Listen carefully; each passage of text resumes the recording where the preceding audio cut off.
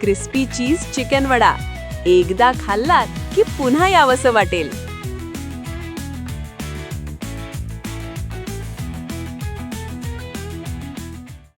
अजून हद्दवड झालेलं नाही. त्याबद्दल काय नियोजन कशाबद्दल? नाही, मी मगाशी आपल्याला म्हटलं ना की राज्यकर्त्यांनी पूर्वीच्या काहीच केलेलं नाही. ट्रॅफिक कशामुळे आज वाढलेली आहे.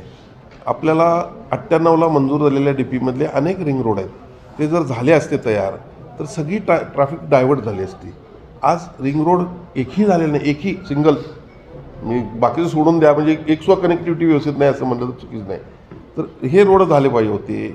पार्किंगचे स्लॉट्स तयार झाले पाहिजे होते.